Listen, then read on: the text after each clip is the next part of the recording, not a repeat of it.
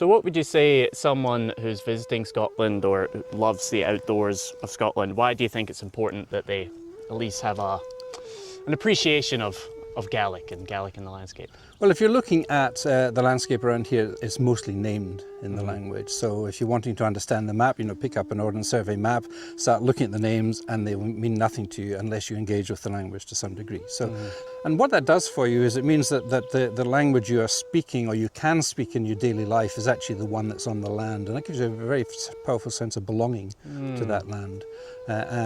So it's knowledge. Ignore that knowledge and then you're struggling to talk about the landscape. I think it gives you much more enjoyment from the place that you're in.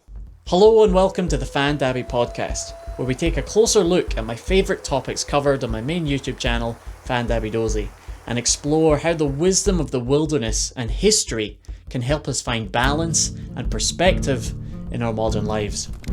You can catch the video version of these conversations on my second YouTube channel, Fandabby Deep Dive, and the audio version on all the usual podcast platforms. This podcast is ad-free and completely funded by my supporters on Patreon. So if you like what you hear, then check out the show notes for links to support. Plus, there's a link to my online community-led survival school, Resilient Roots. Thank you for your attention. Now let's get into it. So my guest today is Roddy McLean. Roddy is a Gaelic-speaking ecologist, author and expert in Gaelic place names. He's written many books in collaboration with Nature Scott, all on Gaelic place names. I've got 3 here. One is Caithness, one's the Northwest Highlands, and the other is all in the Inverness area. I'll put some links to his books below. Now, I filmed with Roddy this past summer for my second video in the 3-part video series on how did Highlanders navigate, which you can find on my main YouTube channel, Fandabby Dozy. The first in the series was with Tristan Gooley, looking at how we can read nature's natural signs. The second episode was with Roddy, looking at the cultural context, how we can understand how the Highlanders saw and used the landscape. And then the third one was the Natural Navigation Challenge. Me going out into the moor, trying to find a loch with no map or compass. So that conversation with Roddy, we went up on top of a 4,000-year-old hill fort, and I just pressed record in two cameras, different angles, and we just chatted away all through the context of navigation. And the original conversation, we talked for over an hour. I think it's an hour and 10 minutes. But to make it more YouTube digestible, I edited it down to 20 minutes, which is the version that you'll see on Fandabby Dozy. And then for the patrons, I made a slightly extended edition. It was like 30-40 minutes. Had a extended edition for them, but I was just going through my hard drive there and I found the original conversation over an hour long, and there's still loads of golden nuggets of information in there. So I thought, let's just put the full conversation as a podcast for people who are interested. Roddy is an incredibly knowledgeable guy and really good speaker. So I think you're going to enjoy the full conversation. Now, obviously, we are talking about specifically Gaelic in the Scottish landscape and how it can, through this theme, help us understand how people lived and navigated. But what I hope this conversation does is, even if you live somewhere completely different, anywhere in the world, I hope this conversation inspires you to learn a bit about the Indigenous language in your country and look at seeing if you can find old maps or old translations of place names, old land uses. And I hope that this inspires you to look into the Indigenous language of your country and let it open up the landscape into a new way of seeing and relating to it. So, without further ado, I hope you enjoy this conversation with Roddy. Great. Well, thank you, Roddy. Thank you for joining me on this 4,000-year-old hill fort. So I want to discuss what it was like to navigate as someone in the 17th century living in the Highlands. We've kind of talked about roughly structuring the conversation with this modern navigational concept of the 4Ds. But maybe before we get into the nitty-gritty of it, we'll give some context of maybe what it was like, what reasons people were traveling, how exactly they might have seen the landscape to travel. But then maybe even before that, why don't you tell us a bit about you and your work and what led you to do what you do? Well, I've been involved with the Gaelic language for quite a long time now, and I always was interested in the environment, and actually did a degree in ecology, but that was in Australia when I lived there. Oh, right. So, but coming back to Scotland in 1990, I wanted to get involved with Gaelic, and I realised that in a sense, like in Australia with the Aboriginal people, that the Gaels here had a special narrative, special story to tell about their landscape. Maybe not about another landscape, but certainly this one. And Gaelic is the prime language of the land here. So I felt there was a story there. I felt that we should be celebrating that a whole lot more as Scots, and not sort of sweeping the language under the carpet as had been the case, and bring it out into the open. So I've been on a quiet sort of campaign to sort of raise people's awareness, if you like, and introduce the language and the understanding that the language gives you of nature and the land to the whole population, really. Cool. Were you raised a Gaelic speaker? I wasn't. My father was a native speaker. He spoke Applecross Gaelic. Applecross is my kind of spiritual home. We still go there a lot. And but in those days, parents were told, "Oh, don't speak this other language to your children; it'll hold them back." You know, so you were brought up a monoglot, and I always realised that this was a nonsense. That I looked around the world, and most people were bilingual or multilingual, and it just didn't make sense to have this monoglot attitude. So I made sure my children spoke Gaelic, you know, and my wife also speaks it, and we use it a lot. So you don't lose anything; you've still got the other language. It's actually a very good combination in a way, speaking Gaelic and English, because English gives you access to a whole lot of global things. It's the world's most powerful language, but Gaelic gives you a real access to the intimacy of the landscape that you live in here in the Highlands. And so the combination of the two is actually very powerful. Nice. So what would you say someone who's visiting Scotland or loves the outdoors of Scotland, why do you think it's important that they at least have an appreciation of Gaelic and Gaelic in the landscape? Well, if you're looking at the landscape around here, it's mostly named in the language. So if you're wanting to understand the map, pick up an Ordnance Survey map, start looking at the names, and they will mean nothing to you unless you engage with the language to some degree. So that would be a starter. And for people who come here a lot, and people who live in the country, I would encourage them to learn some of the language. And what that does for you is it means that the language you are speaking, or you can speak in your daily life, is actually the one that's on the land. And that gives you a very powerful sense of belonging to that land. So it's knowledge. Ignore that knowledge, and then you're struggling to talk about the landscape. I mean, there's this Meal Fuorvani up here.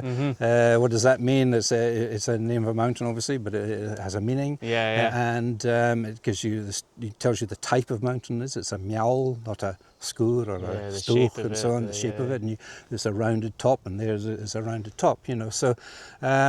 You start to understand more about the landscape. So engage with the language, even if it's just through sort of occasional things on the internet, Duolingo and things like that. You get an appreciation, and you start to see, oh, that's how that letter combination's pronounced. And then you start to think, oh, I know what that means. You look it up in a dictionary, and I think it gives you much more enjoyment from the place that you're in. Yeah, great.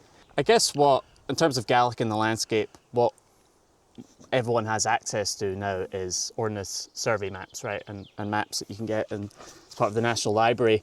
But maybe it's important to give a bit of context of place names and how these maps were recorded, because place names weren't necessarily fixed, were they?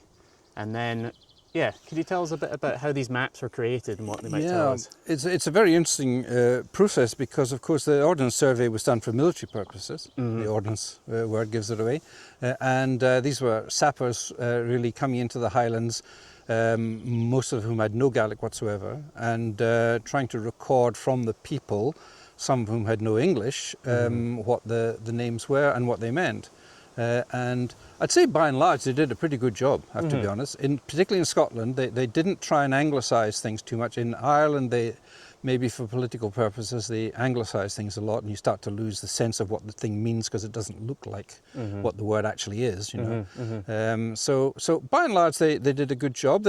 They got it wrong sometimes, and there are mistakes on the map today that you wish, wish there was an easy process to change them and make them correct.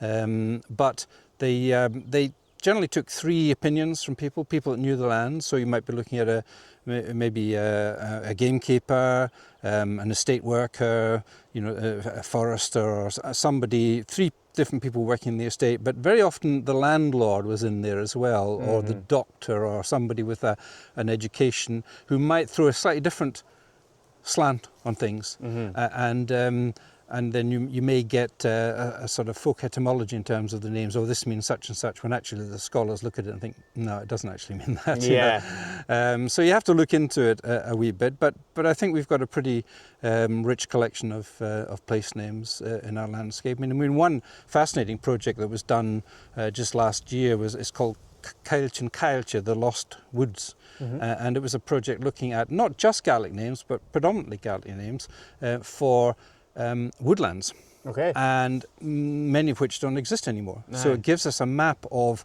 in say medieval times or immediate post-medieval times, of the sort of tree cover that we had in Scotland. And that feeds into the whole debate about rewilding. What did this landscape carry before? What could it carry again in the future? And that comes into names for wildlife as well. So that there used to be more names for woodland? Oh yes, So, and you can see that from tree species names, but also wood names and so on. And so it's almost like as we've lost the tree cover, we've lost the language to describe the tree cover? Well, the names are there, the names are recorded, so these are recorded names. So no doubt had we gone maybe another 50 or 100 years after the Ordnance Survey did its work, we would have lost a lot of them, but we have retained quite a lot. So it does feed into the whole issue of what did the landscape carry, and that's wildlife as well. I mean, I've looked at wolf names, and I mean we have the problem in Gaelic is that the wolf is a mattig ali, which means a kind of wild dog. The mattig word is the important word, but mattig can also refer to the fox, the mattig ruag, which is the reddy brown. So if all you got is mattig, so altavati, carnavati, it's not telling you which of the 2 species it is, but sometimes it does. So I think when I started looking at the maps, I kind of presumed, most of these will be fox names.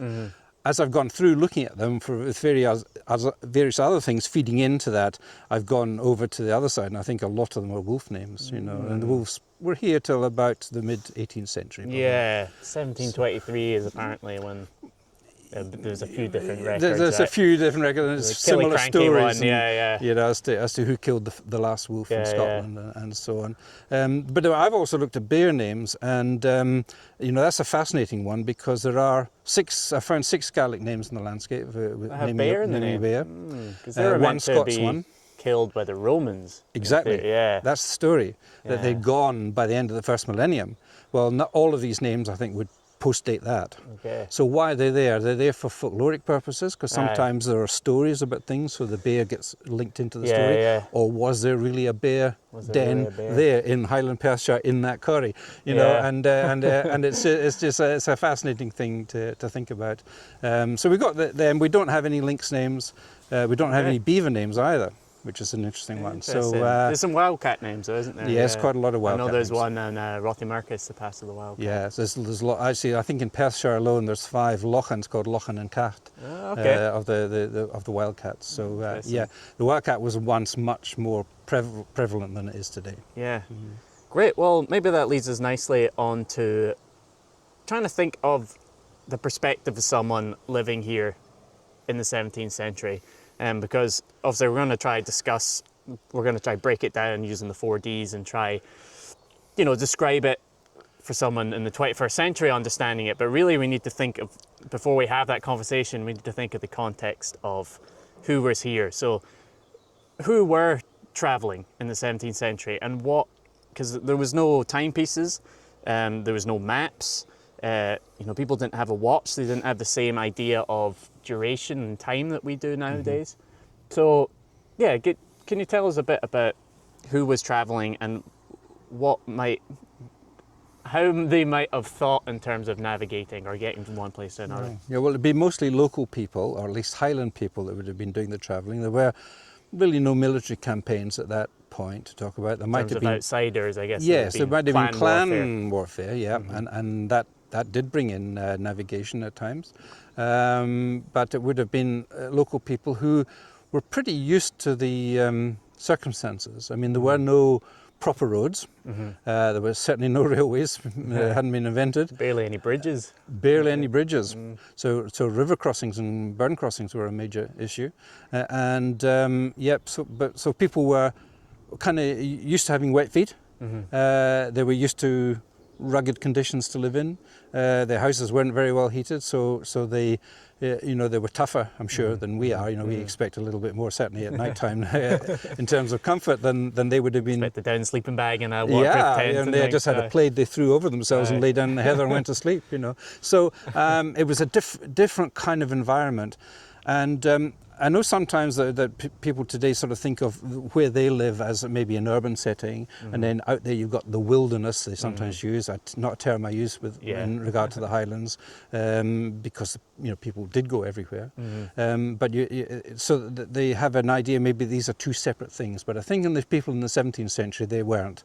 They were part of just their life, and so you see things like, for example, the word for a cauldron is curry. And in modern parlance, it's become the word for a kettle because cauldrons kind of became kettles. But it's shaped. If you think of the shape of a cauldron sitting on a fire, then that's the shape of these bowls in the mountains cut out by the ice, curry, and that became curry in the mountains. So curry is really a cauldron, but it means a curry, which has come into English, of course, and Scots from the Gaelic as curry. So it's the same word for a cauldron. It's the same word, and it originates in that. So it's a domestic thing that's been transferred onto the landscape, and there are parts of the body transferred onto the landscape. Ghoul and a shoulder, chenga, a tongue. Strawn, absolutely. Strawn is a very common word, the nose, and it's the end of a mountain. So think of a Roman nose, if you like. What would you call that in English? A spur, maybe. A spur? Yeah. I think spur would be the hill. The English, and so Strawn, and then it becomes the mountain name, the Strawn. So and I think that was just a natural process of people making this place familiar by using familiar terms. There's a joke that I always say is because I was talking about wilderness survival skills and bushcraft and survival and things, because these are all terms that people understand these days. But then, of course, their ancestors, there was no such thing. It was just called life. There was no such thing as urban, and then you're out in the wilderness. It was just you're going to the market, or you're going to the next village. You're going to go visit your friend in the next glen or something. So we've got drovers, which of course I've got many videos about. People driving cattle long distances to the markets. I guess they're working in teams. I guess you're probably, even if you've never walked the landscape before, you're probably with someone who has, or maybe you're the son of a drover and you follow your father for a number of years and then you learn it that way. I guess there's people going up to the sheelings, the summer grazings. So I guess there's a lot of, I guess it was probably quite rare that you were going alone into an area you'd never been before, because now with modern navigational aids, that's what outdoor pursuits is all about. It's kind of, you have a map and a compass, or these days a smartphone with the GPS things, and people can go out and explore places. But I guess that was probably quite a rare occurrence. Yes, it wouldn't have been so common. I certainly think there would have been some people who were expelled from their communities for being naughty. There's many caves named after those folk. They lived on their own and had to find their own way of doing things out in the wilderness, and it would have been fascinating to be a fly in the cave, if you like, watching those people go about their life. But yes, I think you're right. I mean, I know we have some of these reality TV programs where a person goes out as an individual and tries to exist in the wilderness, but actually that wasn't the way things. It was communities of people by and large that were doing this. Were working together. That's how humans have made the advances they have, by working together. And so that yes, there would have been knowledge passed from person to person at the time, but also down through the generations. So I think that a young drover whose father had, say, been a drover would have grown up with a mental map of the route that they would be taking the cattle on, and they wouldn't need a paper map, and they probably wouldn't be able to read what was written on it anyway. But it would be up here in their head, and in the body as well. I think there's a sense embodiment of memory in terms of. We'll get that when we talk about measuring time. You can measure time just roughly by how tired you are, and how sort of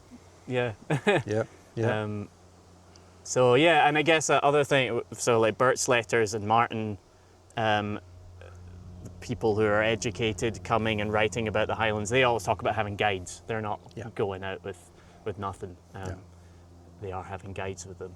Yes. So there's, I guess, Yes. I've just been reading some work by the 18th century Scottish botanist James Robertson. Okay. And Robertson was one of the pioneering field botanists in Scotland, and a student of Dr. Hope at the early Botanic Gardens. But Robertson spoke no Gaelic whatsoever, and there's an interesting little anecdote that he's in Eastern Sutherland, and his Inverness-based guide has had to go because he's not well. He's ill. He's gone home. However he got home, I don't know. Yeah. And they replaced him with a local man who knew the landscape, but the local man spoke no English. Okay. So they had the situation of Robertson and his guide not being able to communicate. So how they got on, he doesn't elaborate, but obviously he found it a bit tricky. Yeah.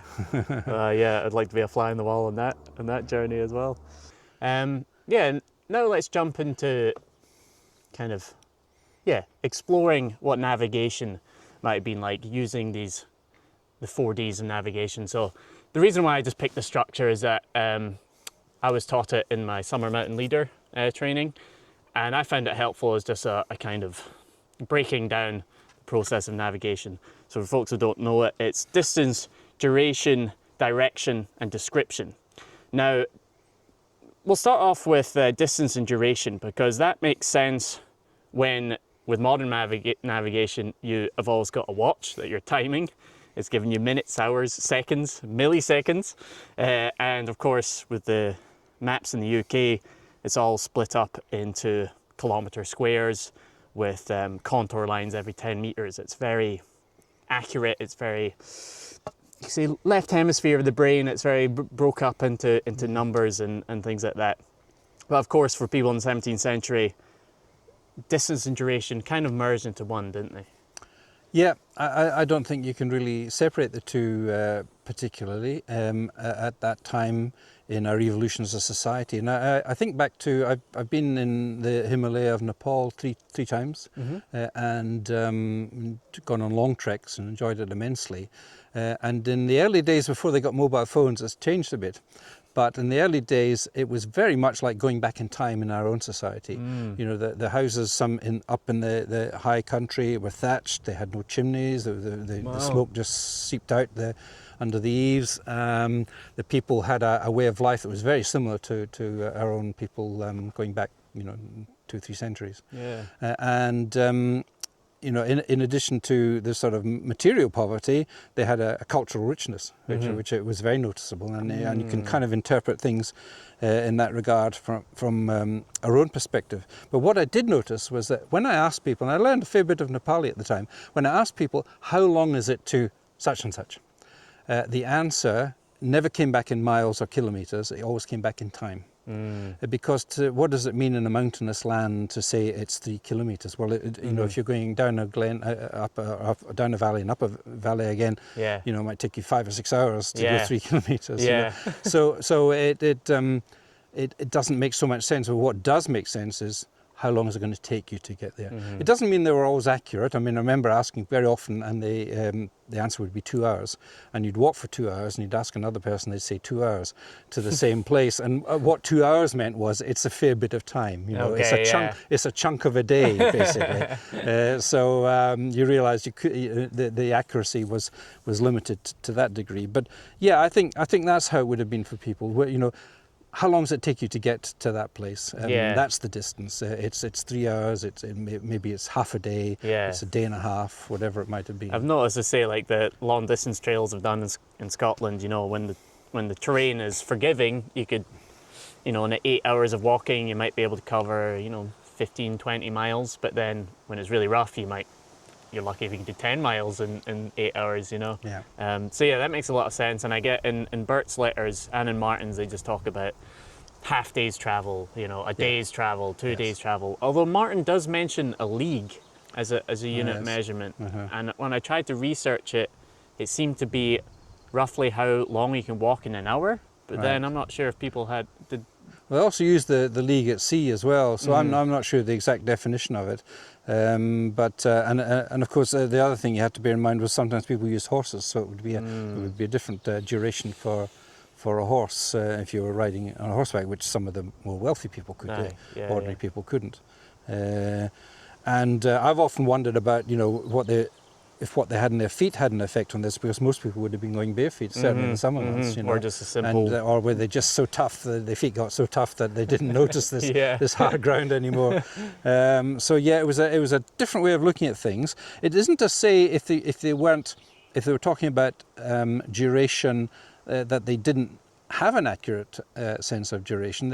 I think the hour was well established as a measure of time, and even if you didn't have a timepiece, nevertheless, I think the day had been split up, and people would have an idea of how many hours it might be. And this goes back to the days of the monks, who gave us our vocabulary in Gaelic with regard to time. Really, the word for hour, uair, that comes from Latin. The word for morning, matin, fiske for afternoon and evening, the word for a week, sheachken, and so on. So a lot of these things came from the monks who themselves had a day that started at 6 o'clock in the morning and was kind of regulated. So those Gaelic words are rooted in Latin? Yes, they are. There's quite a lot of Gaelic words came from Latin in that period of time when the church was a really important part of society. That's interesting. You wonder what their words for time were before Christianity again. Yeah, well, I mean, I guess maybe the whole concept of the hour came about through the Romans, through the Christian connection. But interesting. Yes, I mean, we have a word for day, lá, that doesn't come from Latin, but then some of the days of the week are the G in Gmars, Gilua and Gmars, Gikiat, and that's from the Latin dies. So it's an interesting thing. So the monks they had their hour keeping, and actually the word noon is an interesting one. For example, I mean, we think of noon today as being 12 o'clock, but it wasn't originally. It was the 9th hour of the monk's day, the nonum being the Latin for 9. Really? So that would have been 3 o'clock in the afternoon. Interesting. So Tranon, which is still used in Irish Gaelic more than Scottish Gaelic, would be afternoon time, meaning noontime, but actually meaning what we would say today, afternoon. Yeah. So the noon's moved in its time. So people did have an idea of the hour and so on, but by and large they would have been thinking in chunks of days, I think, when they were travelling. Yeah. Again, Martin, I mentioned you mentioned short distances by a musket shot and a pistol shot, but he's just describing. It's usually trying to describe how far away a rock is offshore or something like that. So it's not really. But I thought that was interesting. Again, just seeing that was an understood distance. Yeah, I mean, we have the slacht in Gaelic. A slacht is a yard. Okay. And it's a stick. But then there was a yard stick, wasn't there? So that's probably similar in English as well. And so people would have used that. Troy is the old word for a foot, and that became. We don't use it today for people's feet, but we do use it for the foot measurement. Okay. Obviously, things have gone metric since then, but so those measurements were known, although. The height of a mountain was, I think people were only just coming to terms with actually measuring the heights of mountains around that time. Yeah, I guess with the distance duration, I suppose it would be a fluid term, because if you are a young man not carrying much, you're going to be able to travel much faster than an older person or a smaller person carrying something, and all the in between, all the variabilities in between. Yeah. But I suppose it would just probably be, a fluid term. Well, and with the language, the word we use for distance is aster. Aster. A-A-S-T-A-R. Jane Taster Hakatri go, what distance you have to go. But the word aster also can be used for speed. Okay. So Vami Dolak Aster, I was going quickly. So there we go. So it's both distance and duration. So the kind of the concepts are a bit fluid, and they kind of link into each other. So yeah, and we use Aster for a journey. Okay. We all Aster more Rom. I've got a great journey ahead of me as well. So there's your time coming into that as well. So so distance and duration could be summed up in Aster in a way. Yeah, and I think that's the way it would have been. And if you were on your own going a long distance, and people did walk long distances at times, you know, then you would have been looking at days of travel. You know, if you're going to walk from, let's say, here to Perth, it'd be several days walk and so on. But but it would have been done in the old days. I'm thinking about this concept of an hour and how you can actually roughly feel it. When I was in Army Reserves, when you were doing a march, you would often break for 5 to 10 minutes every hour. And when I've done long distance, even when I'm not looking at my watch, it's about every hour that I'm knackered enough to stop, if that makes sense. Yeah.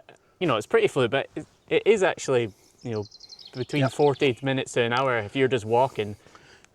If you you know, just check your watch and just be like, hey, I'm pretty tired, I want to like have a bit of food or drink. It is roughly an hour, which is quite you've often got a built-in clock. I do that myself when I'm out on long walks. Okay. I won't look at the watch for quite a while, and then I'll say, I reckon it's about 11:30. Yeah. And you look at your watch, and you're pretty close. Yeah, it's quite a fun game if you've got a few people, especially you know when you're here in the woods and you're a bit detached from civilization. You can be like, what time is it? Yeah. And it's then of course you've got the measurement of the time before sunset as well, which I'm sure you know and others would know, and I'm sure the Gaels would have used that as well. I was actually shown that by a man on Sky years ago when you use your fist. Oh right, yeah. I call it Dornag Nahuarach. I don't know if it's got a proper term, but I mean the fisting of the hour. But it's like if you make a horizontal line with your fist, that's 0, and then you walk up to the sun. So 1, 2, 3, Kehe, Koik, Shia, Shach, Och. And so on, up to so what time is it? Yeah, well, yes. I didn't do it very quick. You've got to make sure. You've got to make sure you get it horizontally. So, 2, 3, 4, 5, 6, 7, 8, 9, 9.5. So, in the sun should set in about 9.5 hours. So that would be 9:45. Yeah. So it's a little bit off, maybe, but it gives you an idea. We're near midsummer at the moment, so and you get an idea that way of how much time you've got before the sun will set if you're aiming to be out. Finished before dark. And I guess people would have had that again unconsciously, that sense of time, just from experience, especially when you're, you know, people's houses were so basic without any windows, so you were outside essentially near all the time, you know, when the weather would allow it. Yeah. So you were just unconsciously just know when. I know here there's a woodcock that does his rounds pretty much, well, dusk every day, but it's about 9:30 at this time. So when I'm out in the woods, I hear the woodcock doing. I'm like, oh, it's 9:30. And I'm sure there'd be, you know, things with what the animals were doing, maybe what your cattle were doing. I know most animals often are more active in the dawn and the dusk, and they relax in the afternoon. I guess there's all these things that it's hard for us to pin down, but they would have been unconscious ways of telling time. And the drovers would have known that from the behaviour of their cattle as well.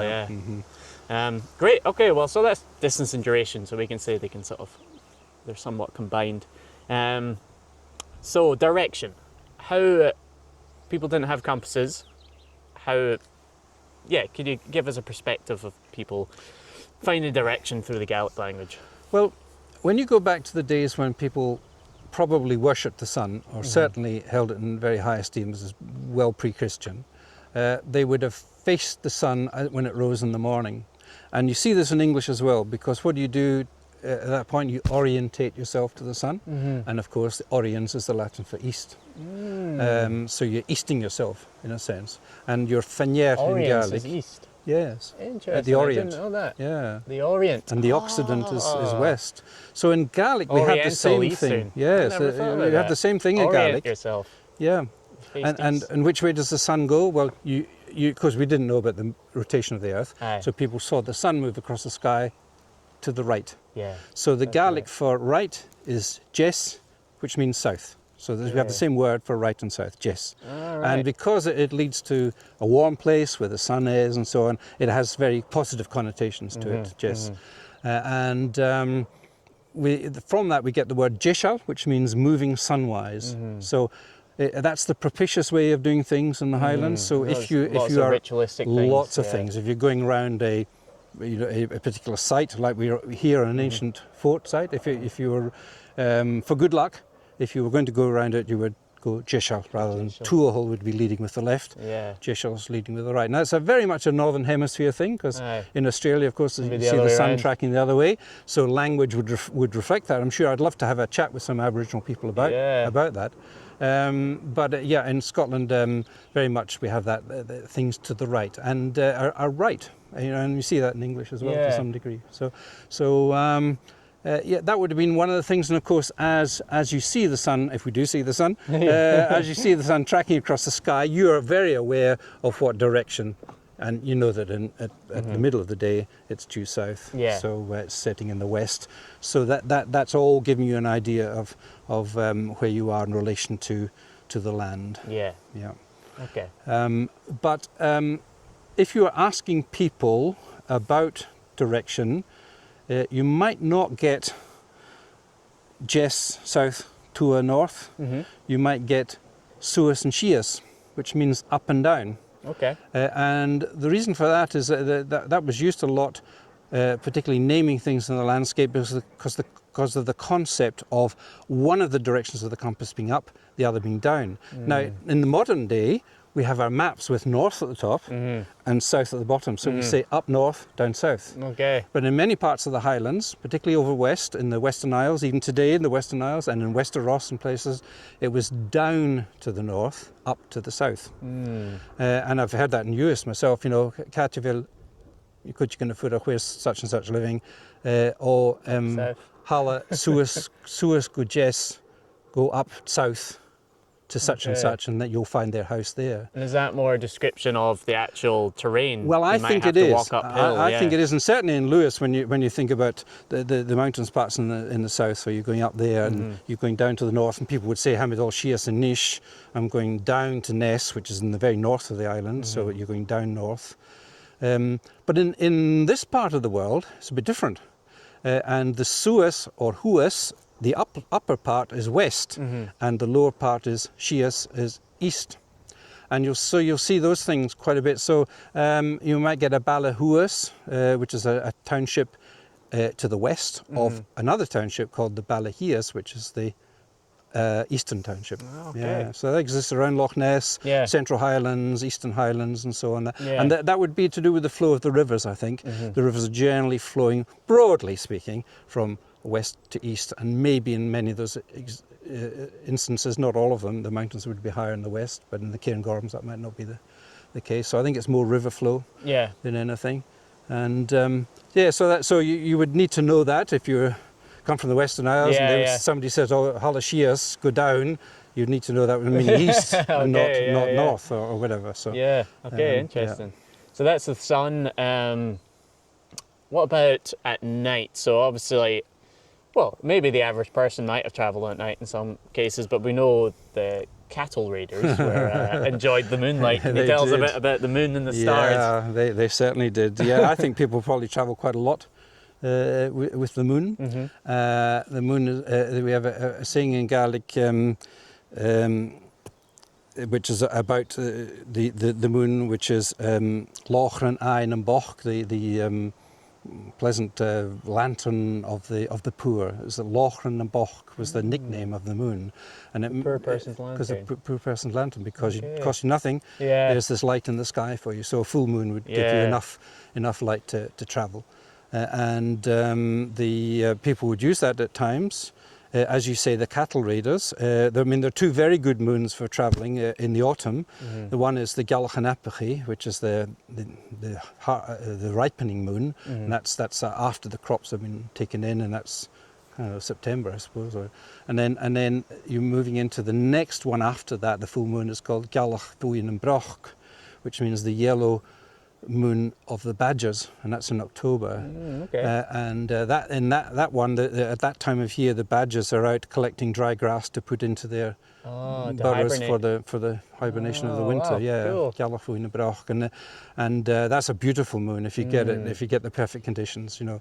And the people would use those moons quite a bit, and as you say, the cattle raiders who would have had mental maps of where they were going. They used those moons at times going up to say the northeast of Scotland, where there was a lot of cattle, and taking them back through places like the Ratnamuirloch. Ratnamuirloch's a route through the Badenoch and Strathspey down into Lochaber, where the Camerons, who were one of the clans involved in this, where they had their base. So that would be, it's not a particular track, but it's a general route. Ratnamuirloch, the road of the robbers, or of the reavers. That's still known today. So people would have known those routes. The people that lived on the routes would have known them as well, and would have sometimes had to negotiate with these people not to take their cattle on the way. So I've heard of this, the rumour of where we get the word blackmail. Have you heard this? Yeah, Do you think this is true? Because the cows are black and you would pay a certain percentage for... I think maybe the do is a bit more of a kind of a negative thing. But the maltu, and it's a mal. We still use mal today for rent, and so on. I mean, you have the occasional place named for this type of activity and so on, so I mean, for a person who wasn't involved in that sort of thing, if you were aware of these routes, you would be aware that at other times of the year when this wasn't happening, these would be good routes to go on. You might have cattle names, names of places where the cattle were gathered at times, and so on. That would help to elucidate that for you. Okay, so I guess the moon itself, you can get very vague direction by connecting the bits of the crescent and bringing it to the horizon. Yes. What about the stars? Was there particular constellations or names of the stars that the Gaels were using? Yes, and I think it probably in common with other Northern Hemisphere peoples in around the same sort of latitude. But yes, the famous one is the Crown Arin, which is it means the baker's shovel, the Crown Arin, and it's the name for the plough. Okay, And the two Railton Storni, the pointer stars, at the end of that they point up towards, and Rail Yule. And rail is one of our words for a star. Rail Yule means the guiding star. Okay. So if you're guiding people in the mountains, you might be a Niach Yule, a guide. So a Rail Yule is a guiding star, and that's the North Star, the pole star. Yeah. And it's always at north, so that was the best star of all. Yeah. To find it in a cloudy nights or nights where the clouds are coming and going might not be quite so easy, so sometimes you would get indications from maybe Anshalach and Mór, which is another constellation called Orion in English, and Shalach and Mór is dressed a bit like you in a way, but with a plaid and so on, and he's got a belt there, and when you can first see the stars in the Chris and Shalach, it's called the belt, then that's fairly close to east, and then it moves across the sky, and you can use that to find. And Griechlachan, which is the Pleiades, that's another constellation. And so they're all kind of, if you know where these are in the sky, you can use one to maybe help you find the pole star if you can't see the plough properly. And what's the direct translation of Orion? Something more? And Shalach and Mór, the big hunter, the great hunter. The big hunter, okay. Yeah. So instead of Orion's belt, it's the big hunter's belt. The hunter's belt, yeah. And the Orion's sword in Gaelic is known as the Vitak, which is the dirk. Okay. Yeah. Vitak. And cool. Yeah, so we don't have. Unfortunately, the Gaels would have had a lot of star lore, and I've looked for it, and I don't think very much has ever been recorded. And we weren't served well by our Gaelic-speaking astronomers, because there is an astronomy book, I think written in the 1860s, if I recall correctly, in Gaelic, but it's not about the Gaelic heritage of the stars. It's all about the general, star lore of the English-speaking world, really. Okay. And but written in Gaelic. Okay. And you sort of think, oh, what an opportunity! I wish they'd put in some of our. Because that's great. I love lore. the story of the big hunter. I love that kind of. a rooted story projected into the stars. That's beautiful. I wonder. Yeah. And maybe I should just say something about a word we have as well. We have a word stornag, and stornag, one of its meanings is finding your direction by the stars. Okay. And it's a word that came from Norse, and it's in the place name Stjornavag, which is stored away on the Isle of Lewis, which people would have been doing Stjornag by their boats, so guiding. So it's got several meanings, but that's one of its meanings, Stjornag. And I quite like that. And it does indicate, of course, that the Gaels were not isolated people. We inherited quite a lot from the Norse, and the Norse were great mariners who would have used the stars a lot in their oceanic journeys to Greenland, Iceland, and the Lordship of the Isles and the Berlin fleet and stuff. That would have been seafaring peoples. Okay, so we've done distance, duration, they sort of combined together. We've done direction, talked a bit about the sun and the stars. Now description. Now I guess is probably one of the biggest categories, you could say. It covers a lot. So yeah, how would you, describing to our viewers, people who are probably most of them not Gaelic speakers, might not have any clue of what the landscape was like for people living here. Can you maybe give us first some sort of categories of descriptions, whether it's colours, shapes of mountains, things like that?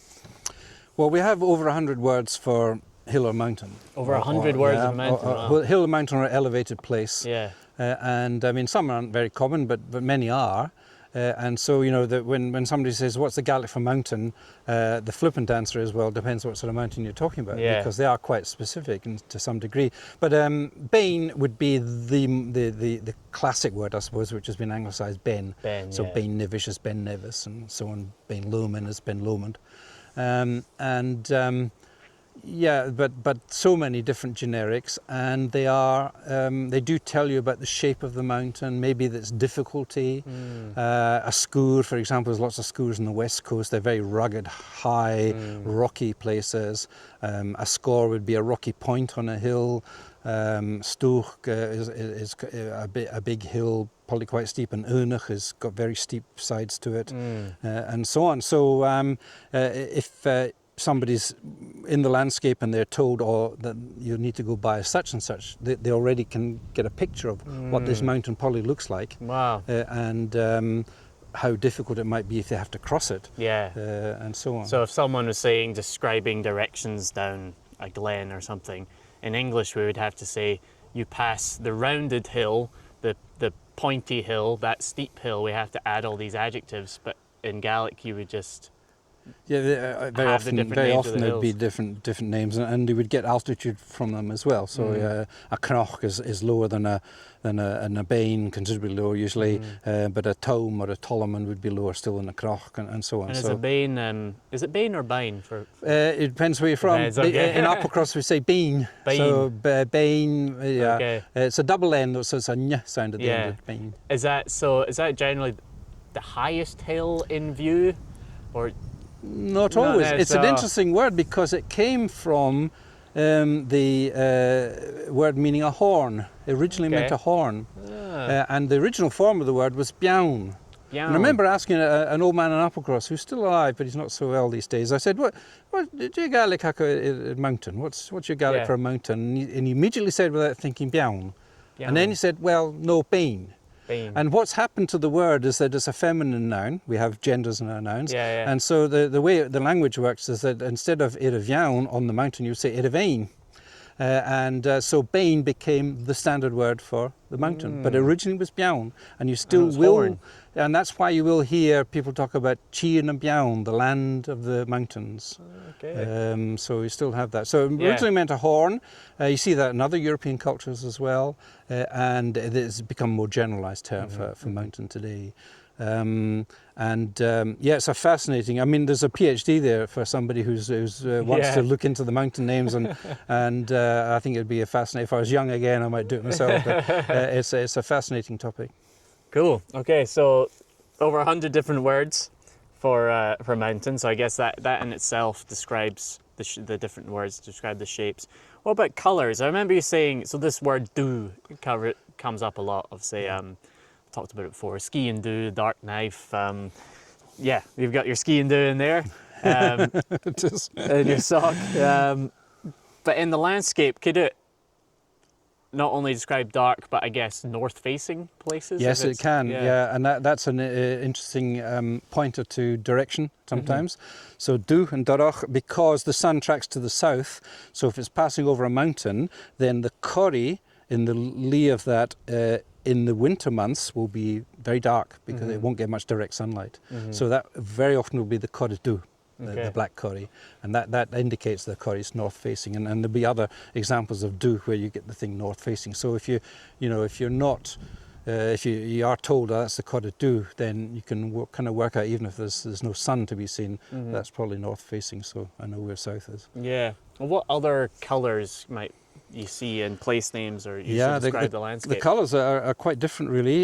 You need to look at them in some detail. I mean, bui is an interesting. Buia or bui is a really interesting one. It's yellow, but it takes in a range of colours from straw through to very bright yellow. Okay. And so the mountains that are covered with grass turn yellow in the winter. They turn bui. So you might get a bain bui or a miao bui and so on. Which is indicating they're covered with grass, whereas the heather covered hills tend to go darker in the winter months, so you wouldn't use that descriptor.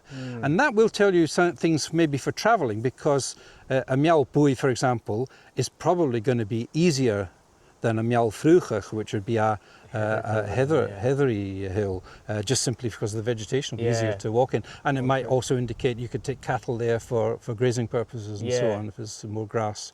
And so on. So that's another descriptor. There's quite a few different ways you could look at words, and they're interesting. And there's, they've probably changed a little through time. So the word glass is an interesting one. You sometimes see it in front of the noun, glashorre, probably very old, whereas more normally it would be corre glass, and it originally meant green. It's and it was in all the Celtic languages, so it's the one we have for Glasgow. It's the green hollow is Glasgow, and it's in modern Scottish Gaelic. It's become kind of grey green, sort of grey colour. So the colours themselves are a fascinating topic. I think they're interesting because our concept of colours are. We have the main primary colours, which you rarely see in nature, but it seems to be that the Gaelic colours are very much taken exactly from the landscape, right? They're a bit more these kind of mottled, earthy colours. Yes, that's true to some degree. I think there's a range of colours within each word, probably.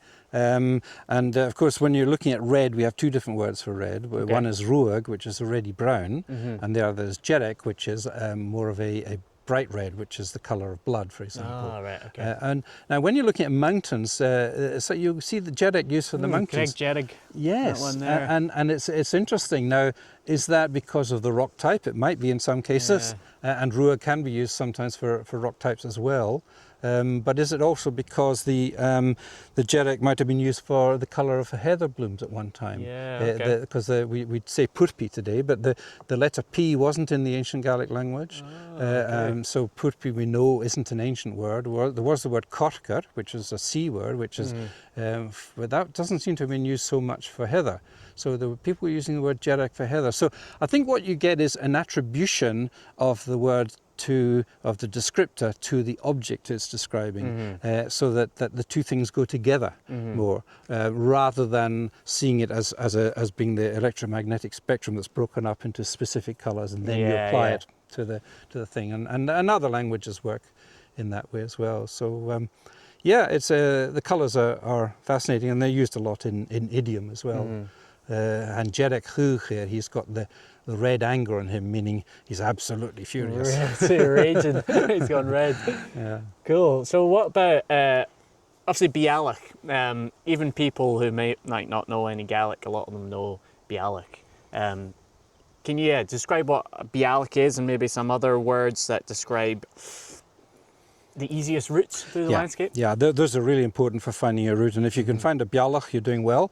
Bialach is a pass between the hills, And saddle might be an English it word could to be, it describe could go up through a saddle, yes. It is of a route that people would use. So you know, if you're going to Bealach, people would be walking that way. So it's probably well trodden. You may even be a bit of a footpad. Certainly, you know that it's passable. It's passable. Yeah. It doesn't mean they're all as easy. I mean, in Applecross we've got 2 Bealachs, which are really interesting. One is Bealach na Nar, which was originally Bealach na Nar, the pass of the ladders, because it was very, very steep, and still is today. And apparently they'd built a sort of ladder from stone into the hillside for people to walk down. It was too steep to take cattle, so they would go over to the next pass over, which is Bealach na Ba, the pass of the cow, pass of the cattle, and that's the way they would take the cattle over. As much, not nearly as steep. So, so you can't always presume it's going to be easy for droving, but Bealach na Ba obviously tells you it is. It's a droving route. But so Bealach is a really useful word. Another one that's a pass is a Larig. And Larig tends to be a long pass, maybe across a watershed, and that would often be a droving route. We've got the famous Larig Gru in the Cairngorms, and Larig and Lui as well. So a Larig is more of a long distance through glens. I would say like so. Yeah. And Bealach may not be as distant as that. And you also have a Cahi or Ca? Yes. More of a traverse. Ca in the Western Highlands is a kind of diagonal traverse across a hillside. So that's another one that's a bit of a path. You'd know that people were walking on a Ca. In the Eastern Highlands and Central Highlands, you're not being given that information really. It's more of a slope. So there's a slight difference between the 2 parts of the country with regard to that. So those are all 3 useful words. Another one is mam. And mam is used in the West a little bit for a pass between 2 hills as well. So Mam Rattigan is a well-known one. There's a road actually passes through that one. So those words are all very useful, and you'd be, for an easier route, you'd be looking for at some point to be using one of those places. I've definitely used finding Bealach if I'm just kind of more stravaiging, just kind of wandering wherever. And you're like, oh, there's a interesting hill lock, and when I can get there, and then you see Bealach in the name of the map, and you're like, oh, well, that's obviously going to be the easiest bit to get to that watershed. Interesting. Well, I wonder, what about story and stories being kind of attached to place names? Because I remember in John Murray's book, he sort of talked about how you can have this kind of geographical description, i.e. names, shapes of the mountains, colours, which might be things like the vegetation that's on it, whether it's Booyah or Jeddig, but then also sometimes a story attached to it. Maybe it's like of the murder or of the battle or of the lost cattle, or Can you tell us a bit about that? There are stories. I mean, I should maybe just say that although we've been talking about the easy routes like the Bealach and Larig, we should also say maybe there are some words that tell you don't go this way. Don't go there. That's good. and the word is Firach. Firach is a really rough place. It's usually rough underfoot and rough of vegetation. And Garalach is another one that is more to do, I think, with the glaciation throwing lots of rocks and debris into the place, and that's a really rough place, a Garalach. So those 2 places would probably be where they've avoided. Things to avoid. Yeah. I guess bogs and things. And there's how many words? There's about 50 words for bog. 50 words for bogs. And there's another thesis there for somebody else. And I'd love to. Unfortunately, when the dictionaries were written, they were just writing bog or moss or and so on. We've got words. Obviously, bog comes from Gaelic, book and Irish bookloch. We've got fey, which is a word we use for kind of muscles and also veins and so on, something long surrounded by something else, so that would be like a bog channel, but also becomes the name of the bog, a fey, a Cahar, Lachbuchs. We've got Scoon Lachbich. It's got 2 mountains called Scoon Lachbich, so you know the ground below them is going to be very boggy and probably peat hags and so on. So we've got all those things, and they're telling you don't go this way or be very careful, because you might end up you're going to get your feet wet. You might end up and be careful if you see the word or hear the word Sul Chriach, which means the quaking eye. You sometimes see it in the form sul chruich, and that means a bog that isn't fixed. It's a quaking bog. It There's shifts. loads in this moor behind us. So just be careful with those ones. Well, that's useful to know. You've got all these pointers, and then you've got the stories as well. The stories might be saying, watch out here. This is where somebody fell to their death, and that's why you can hear the ghostly voice whistling up the corrie, or whatever. Or it might be actually this is the way the Fianna came, the great legendary Fianna, which we share with the Irish, and lots of stories of them in the landscape. And where you see them being named, you can be fairly sure that people were coming, and they were probably involved in hunting, and they were doing things. So there would be a route through there. It might not be easy, but one word to be wary of is the word lame. When in the stories of the Fianna, some of the skills they learned, they learned two interesting skills that maybe we don't think about too much today. They were taught to be good swimmers, and they were taught to be good jumpers. Okay. And the Gaelic for jump is leim, L-E-U-M. And you'll find that in the landscaping places where people jumped. And there are some quite famous ones. Often they were in extremis, they were being chased by a bunch of people intent on their death. And Layman Tiger, the soldier's leap. He got over the river. Nobody could follow him. And then there's the one not far from here, Leim Chanige, which is the peddler's leap, and that was because there was a very naughty man, Alan Dhu, who was involved in mayhem in the Black Isle. He was in MacDonald against the Mackenzies. Revenge. Yes, and burning of a church. Yep, and then the Mackenzies sent a lot of people down here, and they caught up with them at Lawn na Folla, which is the plain of the damp meadow of the blood, which is not far from here. You literally see it. And that's where the battle took place. And Alan Dhu escaped, and he had passed himself off as a peddler in his earlier days in the Black Isle when he was reconnoitring for where he was going to conduct this massacre. He did escape. He escaped by jumping the ravine, and that's called Leima Chanige, the peddler's leap. So do you think? So obviously there's stories, and it probably if it was in the ideals, you could say, of the heroes, so that you can leap far. But then do you think it was also practical just because there was no bridges and there was bits that you just had to jump? Yes, you had to jump, but could you manage that? What people did in extremis? Could you, without the adrenaline going, could you do it? Some places you probably could. I mean, we have a word kailem, which means narrow leap. Kailem. That would have been a fairly easy jump across a river. Now there's a place in Strathspey called Coilem Bridge. And the Coilem was where people would jump the river before, and then they built a bridge there because that was the narrowest part of the river. So you don't have to jump anymore.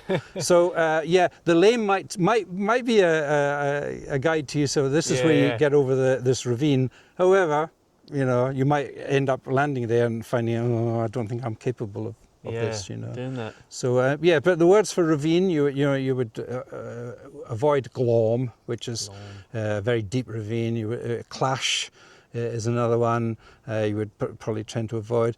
And then crossing rivers and burns, just without being ravines, that can be very difficult. Even burns, which is the default word for a burn is alt, A-double-L-T, alt. And some of them can be quite big at times, and crossing them is not easy. So Avin is a river, and again, you might well be stumped at crossing the river. If you are looking for a natural crossing place for the river, A-T-H with an accent, the ford. And you might be looking for a word like that, and if somebody said on the shin, there's a ford there, then you would know you'd probably be able to get across it. Is there? So I guess with more people living out in the Highlands in the landscapes, there probably would have just been more worn paths, just from the footfall of people. What is there? Different names for paths? Different types of paths? Came would be one, which is the same as a step. Got came, taking the path. That would probably be the free rat is a road across a moorland. And say road, free rat means kind of moorland road, if you like, but it would just be a walking track in most cases. And then rat itself can be in a road or just a route.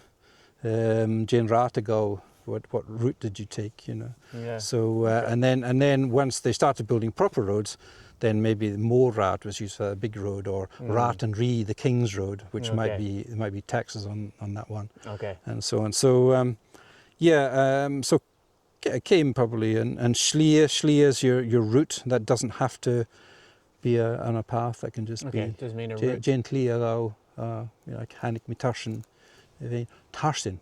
Tarsin. I just used that word there. I came across a mountain, but Tarsin's a really important word. I almost forgot it.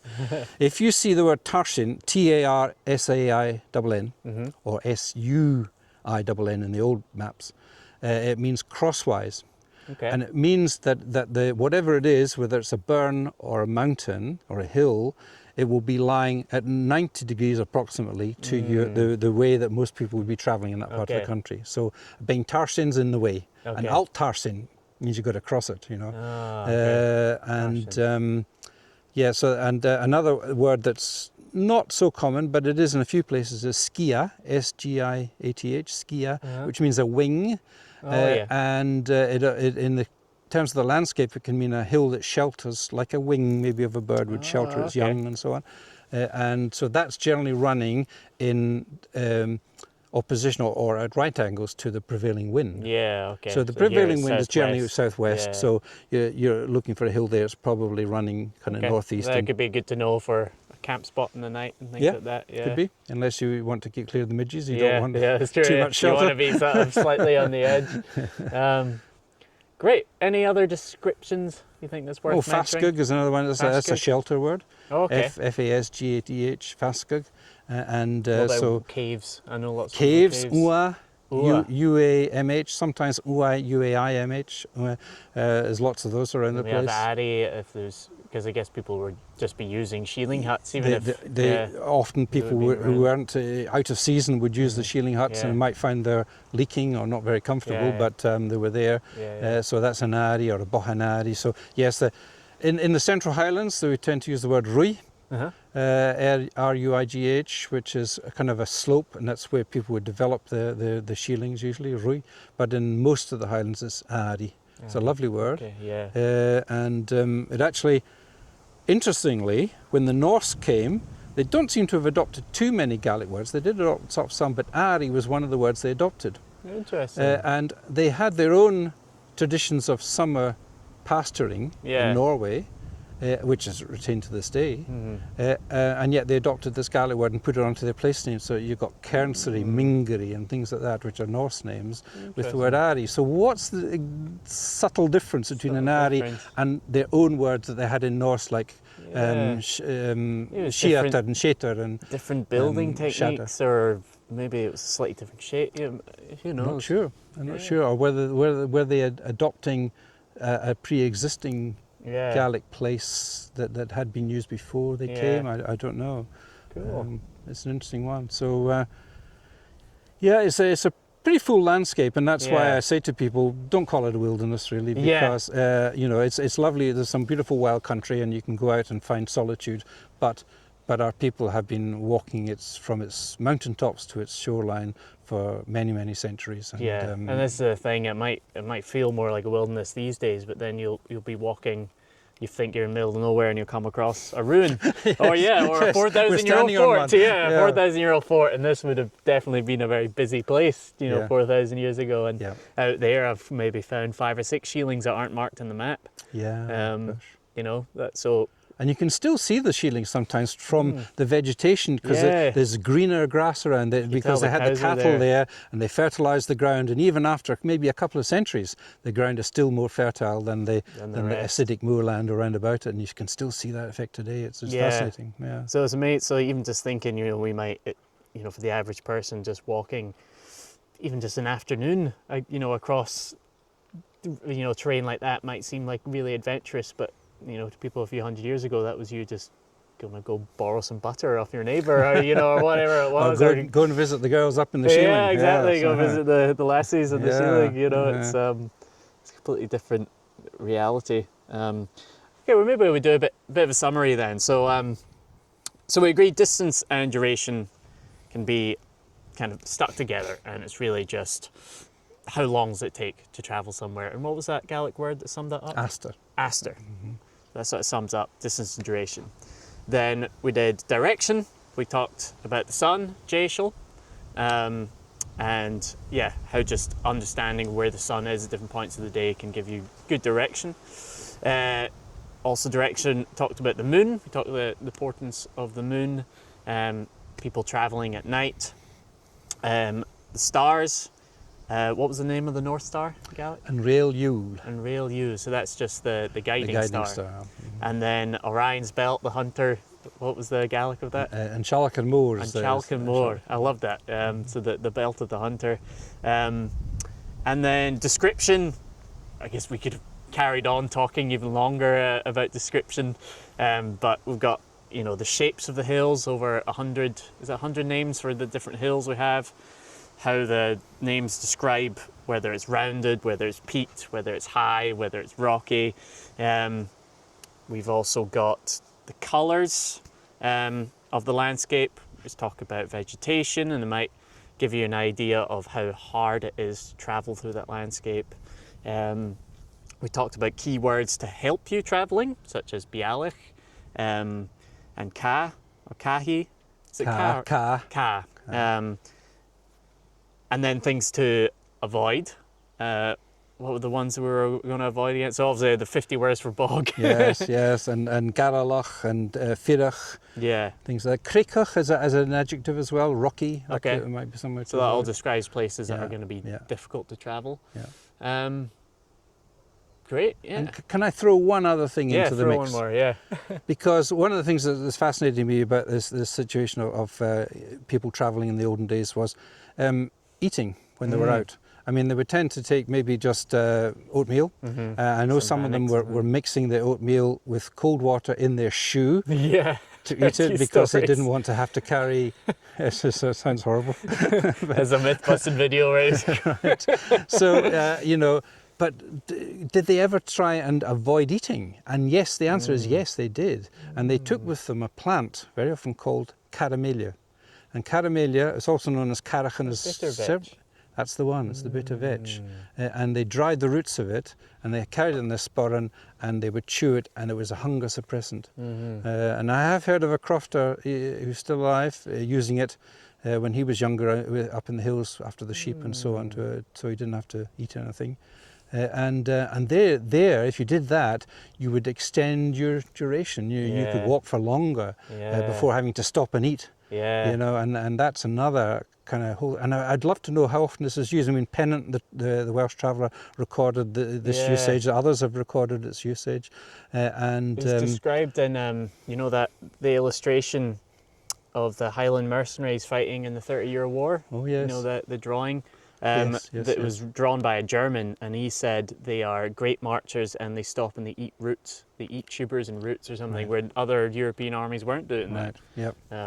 Whether it's the same, the bitter vetch. It may well have been, yeah. So, there's a few species of vetch though, isn't there? There are quite a few vetches, and the bitter vetch isn't very common. Yeah. But it's and I think actually the rise of the sheep has sort of got rid of it a lot. I think it's quite edible, and you don't see it very often. And I'd love to see a whole lot more of it because it's such a special plant. But I think it contributed significantly to people walking long distances. I want to do a video on that because it is an interesting plant. Great. Well, thank you, Roddy. We covered loads of stuff there. I just want to thank you for coming out and having this chat, but also just thank you for sharing your knowledge so freely and being an inspiration. I know you came and taught me some Gaelic names and stuff of the plants just when I was just starting this Highlander series, like 6 years ago or something, and that was really helpful. And I know you've been an inspiration to my sister and things like that. So just thank you for all your work. Well, thank you for all you're doing, and I hope that everyone who enjoys the video will come to the Highlands and spend some time here and have a look around. Yeah, exactly. Well, can you let folks know, maybe, I know you've written a number of books and things like that. Do you have a website? Where can people find your work? don't have a website, to be honest with you. I'm not really particularly good on this, and I've always, in my working life, I was just so busy. I was never looking for any more work. But I do write a monthly blog for Nature Scot, which is the kind of government funded body looking after nature conservation in Scotland, and they'll find it's a bilingual blog, so it's in Gaelic or English, and that's all about all the sort of relationship between Gaelic and nature. So if you Google that, Nature Scot Gaelic blog, you'll probably find lots of examples, and the latest one's about the ptarmigan, which is a mountain grouse. Often it's about plants, or it might be about the seashore or whatever. And your books and place names, can they still be bought on They that can't website? really anymore, but the book I did about Inverness and areas place names is available on the Nature Scot website as a download PDF, free of charge. It's called Inverness, and the place names of Inverness and the surrounding area. So I still dabble a little bit, but I'm told I should be retiring a bit, but I enjoy this dabbling too much. Yeah. Great. Well, I'll maybe put a link to the book in Nature Scot in the description. Great. Well, thanks very much. Have you got anything else to say to the folks? No, just Boran Tangerson, Quiet. Many thanks for listening and watching. Cool. Cheers, folks. Thanks again, Roddy. Thank you. Thanks for tuning in to the Fandabby podcast. In the show notes below, you'll find all the relevant links discussed, as well as links to my website, tomlanghorn.com, my YouTube channels, and social media. Huge thanks to everyone who supports me on Patreon, who make this podcast possible. By supporting on Patreon, you'll also enjoy benefits of early access and have your say on topics and guests I have on the podcast. If you want to take your learning further and join the tribe of like-minded folks reclaiming their primal self-reliance, then check out my survival school, Resilient Roots, where members get access to an ever-growing bank of practical lessons, monthly live calls, and invites to annual wilderness gatherings. So thank you for your valuable attention, and I'll see you in the next episode.